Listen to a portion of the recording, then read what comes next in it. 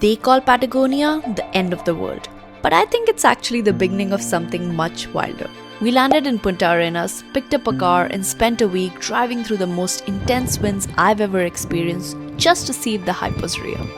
I'm Gurleen, and this is the reality of a road trip through Chilean Patagonia.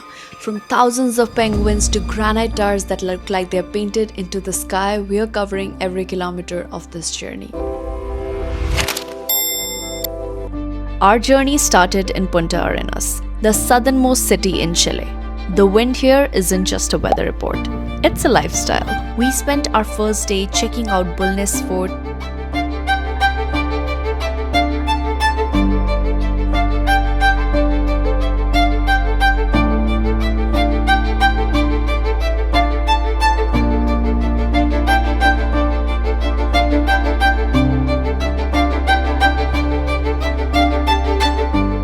the Mirador Serra de la Cruz to get our bearings.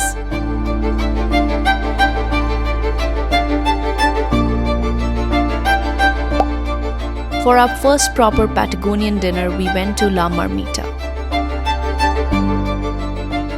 It's the ultimate local favorite for cozy comfort food.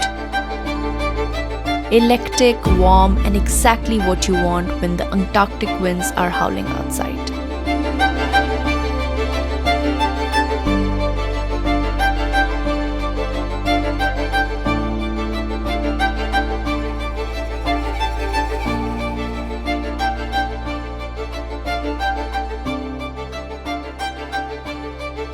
The next morning, we were up early for the boat to Isla Magdalena.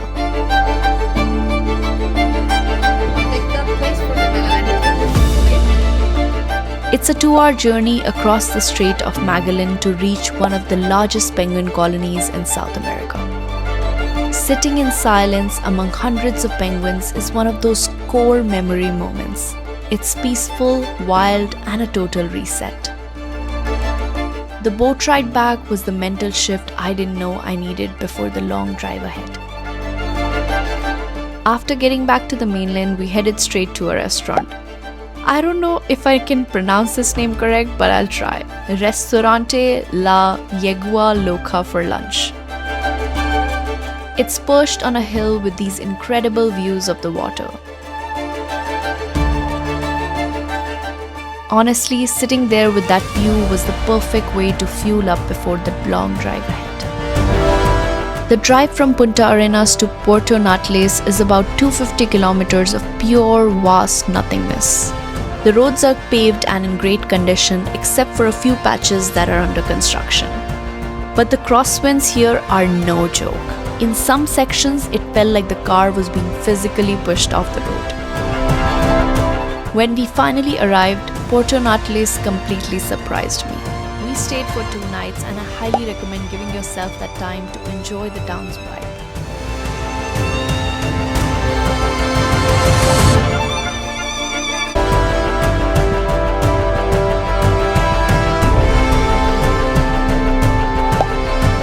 We grabbed a quick hot dog at Viejo Lobo, a local favorite for street food.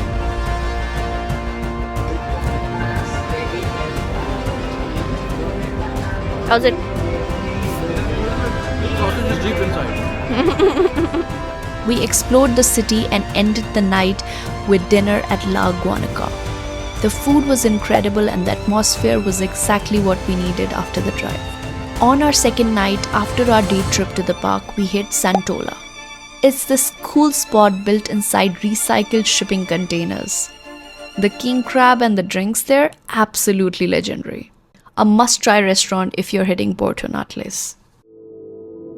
And then, the moment everything changes. Torres del Paine National Park.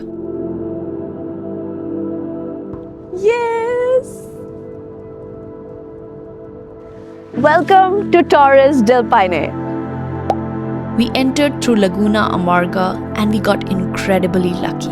In December, the weather can be a gamble, but the towers were perfectly clear for us.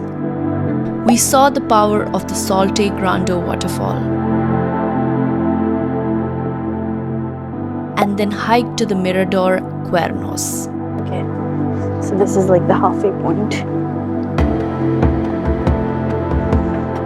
If you're doing a road trip and don't have time for the full 5-day trek, this hike gives you the best bang for your buck views of the Horn. Looking at these peaks in person, photos don't do it justice. It makes you feel tiny in the best way possible.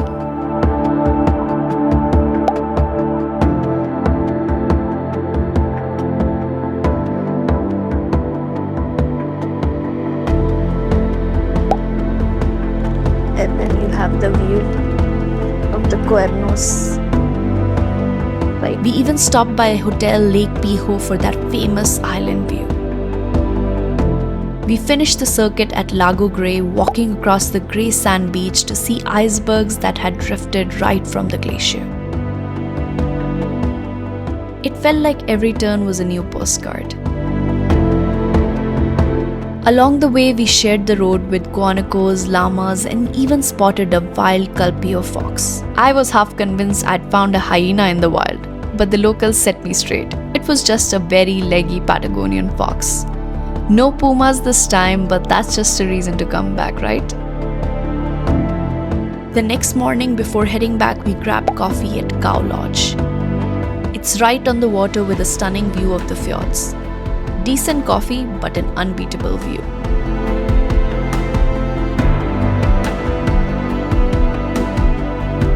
We also spent some time browsing the Pueblo Artisanal Market. Even if you don't buy anything, it's a beautiful place to see the local craftsmanship and get a feel for the culture here.